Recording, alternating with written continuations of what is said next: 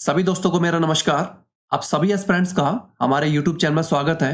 आज है 26 अक्टूबर और 26 अक्टूबर तक की एग्जाम के पॉइंट ऑफ व्यू से जो भी इंपॉर्टेंट अपडेट्स हैं वो हम यहाँ पर देख लेते हैं। पहला क्वेश्चन है, हाल ही में किसने अश्विनी केपी को जातिवाद नस्लवाद से संबंधित मुद्दों पर पहले भारतीय स्वतंत्र विशेषज्ञ के रूप में नियुक्ति प्रदान की है?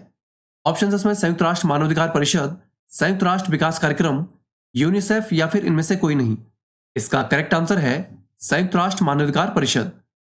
अश्विनी केपी संयुक्त राष्ट्र मानवाधिकार परिषद द्वारा जातिवाद और नस्लवाद से संबंधित मुद्दों पर नियुक्त एक स्वतंत्र विशेषज्ञ के रूप में पहले एशियाई और पहले भारतीय व्यक्ति बने हैं।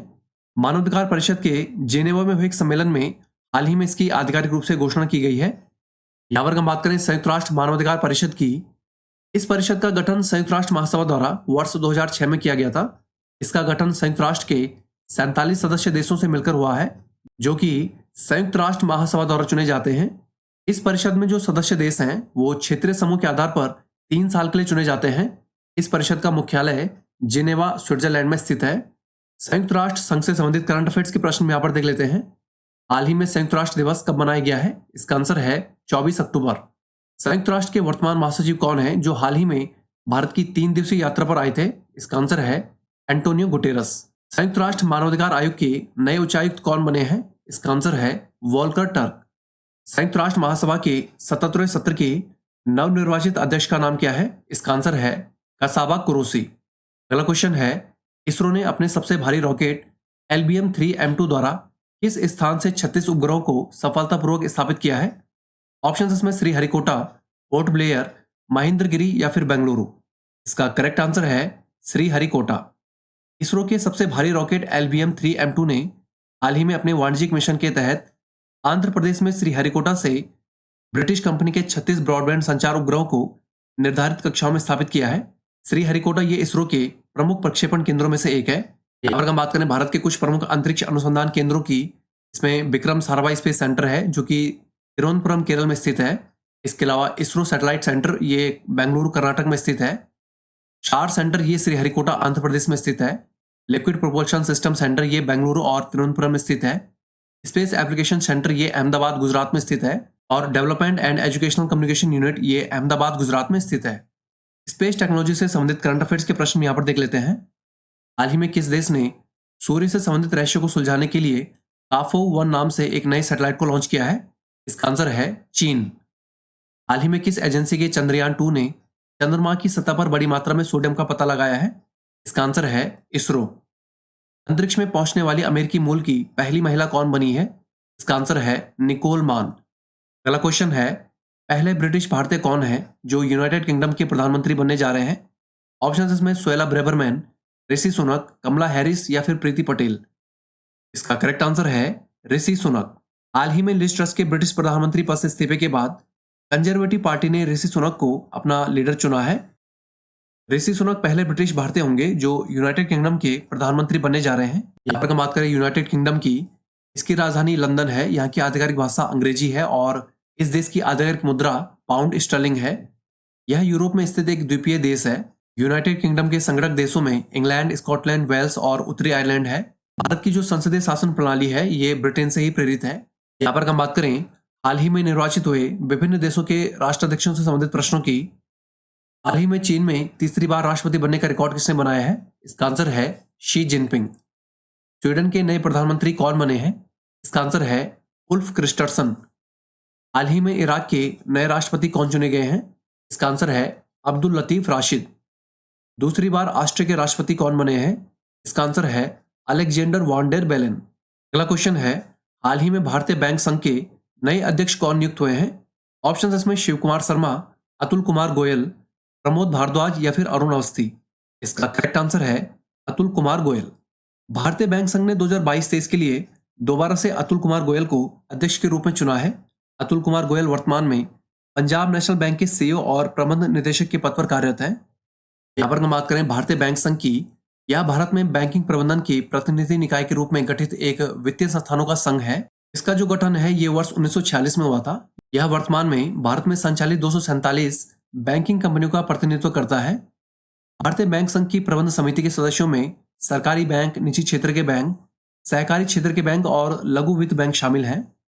बैंकिंग से संबंधित करंट अफेयर्स के प्रश्न यहाँ पर देख लेते हैं। डिजिटल रुपए पर एक प्रायोगिक प्रोग्राम ये किसके द्वारा शुरू किया जाएगा? इसका आंसर है भारतीय रिजर्व बैंक।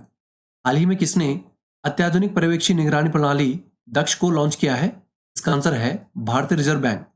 हाल ही में 6 भारतीय राज्यों में ग्राम सेवा प्रोग्राम को किसने लॉन्च किया है? इसका आंसर है भारतीय स्टेट बैंक। अगला क्वेश्चन है, भारत और अमेरिकी सेना द्वारा टाइगर ट्रम्प नाम से 3 दिवसीय संयुक्त मानवीय सहायता अभ्यास ये कहां पर आयोजित हुआ है?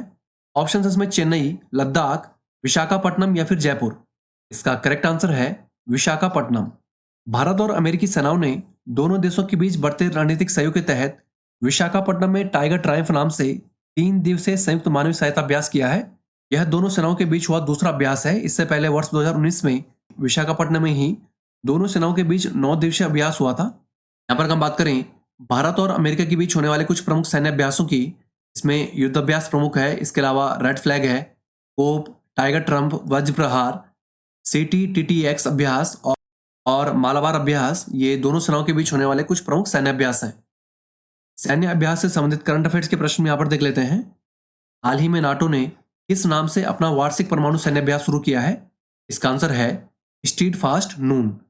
भारत, ब्राजील और दक्षिण अफ्रीका ने किस नाम से एक संयुक्त नौसैनिक अभ्यास किया है? इसका आंसर है इप्सामर। भारत और अमेरिकी सेना के बीच अक्टूबर माह के अंत में उत्तराखंड में कौन सा संयुक्त सैन्य अभ्यास आयोजित किया जाएगा? इसका आंसर है युद्ध अभ्यास। अगला क्वेश्चन है, हाल ही में भारतीय गुणवत्ता परिषद का नया चेयरमैन किसे नियुक्त किया गया है? ऑप्शन इसमें आनंद मिश्रा, अशोक पंडित, मृदुल पांडे या फिर जक्षय शाह। इसका करेक्ट आंसर है जक्षय शाह। सेवी ग्रुप के संस्थापक अध्यक्ष जक्षय शाह को 3 साल के लिए भारतीय गुणवत्ता परिषद का नया चेयरमैन नियुक्त किया गया है। भारत सरकार के वाणिज्य एवं उद्योग मंत्रालय ने हाल ही में इसकी आधिकारिक रूप से घोषणा की है। यहाँ पर हम बात करें भारतीय गुणवत्ता परिषद की, यह एक स्वतंत्र राष्ट्र निकाय है जो भारत में विभिन्न उद्योगों में गुणवत्ता के रखरखाव को नियंत्रित करता है। इस परिषद की जो स्थापना है ये वर्ष 1997 में हुई थी। इसका मुख्यालय नई दिल्ली में स्थित है। यह एक आत्मनिर्भर गैर लाभकारी संगठन है जिसके अध्यक्ष को प्रधानमंत्री द्वारा नामित किया जाता है। प्रमुख पदों पर नियुक्ति से संबंधित करंट अफेयर्स के प्रश्न यहाँ पर देख लेते हैं। भारतीय व्यापार संवर्धन संगठन का नए चेयरमैन और प्रबंध निदेशक किसे नामित किया गया है? इसका आंसर है प्रदीप खरोला। भारत के नए रक्षा सचिव कौन नियुक्त हुए हैं? इसका आंसर है अरमानी गिरधर। हाल ही में भारत की नई लेखा महानियंत्रक कौन नियुक्त हुई हैं? इसका आंसर है भारती दास। अगला क्वेश्चन है, हाल ही में DGCA ने उड़ीसा के किस हवाई अड्डे को क्षेत्रीय कनेक्टिविटी योजना के तहत वाणिज्यिक उड़ानों हेतु मंजूरी प्रदान की है?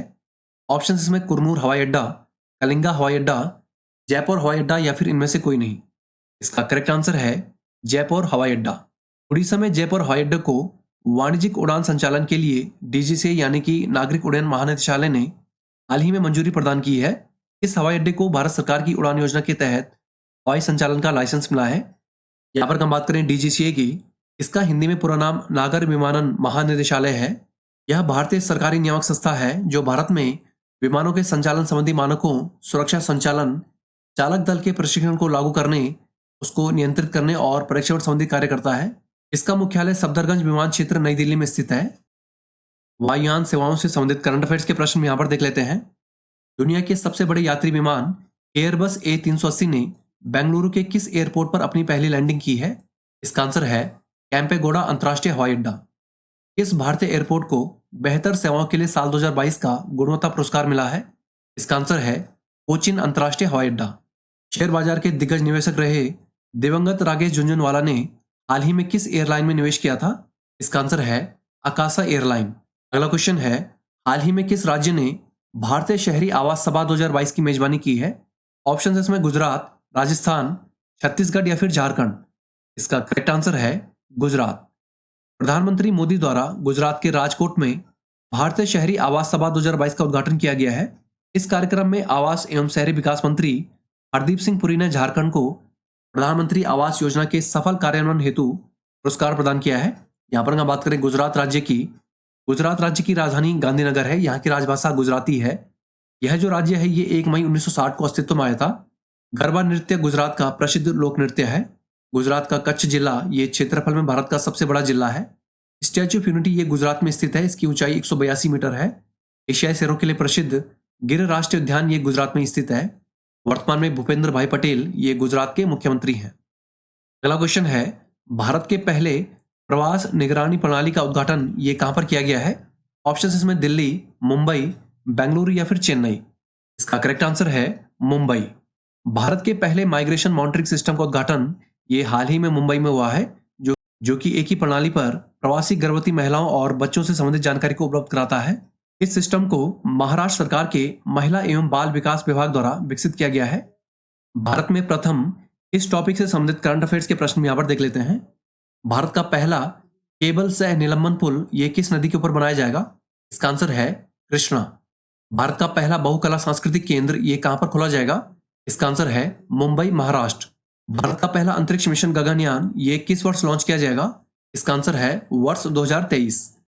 यहां पर हम बात करें महत्वपूर्ण दिवस की, 24 अक्टूबर को संयुक्त राष्ट्र दिवस और विश्व विकास सूचना दिवस के रूप में मनाया जाता है। इसके अलावा 21 अक्टूबर को पुलिस स्मृति दिवस, 20 अक्टूबर को विश्व सांख्यिकी दिवस, 17 अक्टूबर को अंतर्राष्ट्रीय गरीबी उन्मूलन दिवस, 16 अक्टूबर को विश्व खाद्य दिवस, 15 अक्टूबर को विश्व छात्र दिवस और 14 अक्टूबर को विश्व मानक दिवस के रूप में मनाया जाता है। पिछले क्वेश्चनों का रिवीजन के साथ साथ कुछ इंपॉर्टेंट वन लाइनर्स भी यहाँ पर देख लेते हैं। संयुक्त राष्ट्र मानवाधिकार आयोग ने अश्विनी केपी को जातिवाद, नस्लवाद से संबंधित मुद्दों पर पहले भारतीय स्वतंत्र विशेषज्ञ के रूप में नियुक्ति प्रदान की है। युवराज सिंह को दृष्टिहीन व्यक्तियों के तीसरे T20 विश्व कप का ब्रांड एम्बेसडर बनाया गया है।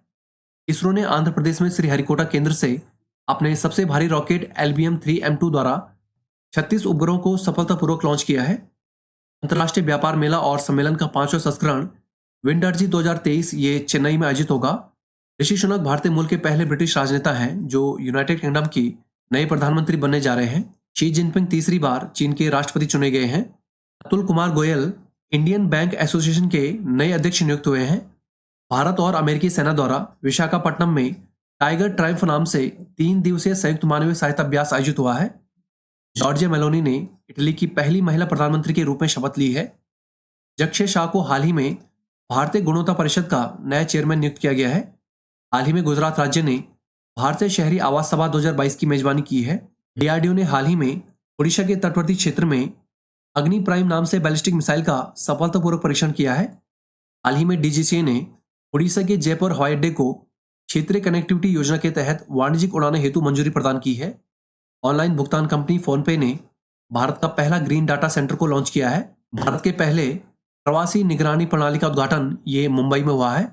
तो दोस्तों आज के लिए इतना ही। चैनल के साथ जुड़े रहें, चैनल को लाइक सब्सक्राइब करें और अपने दोस्तों के साथ शेयर भी करें। Thank you all, best of luck. मिलते हैं आपको अगली वीडियो के साथ।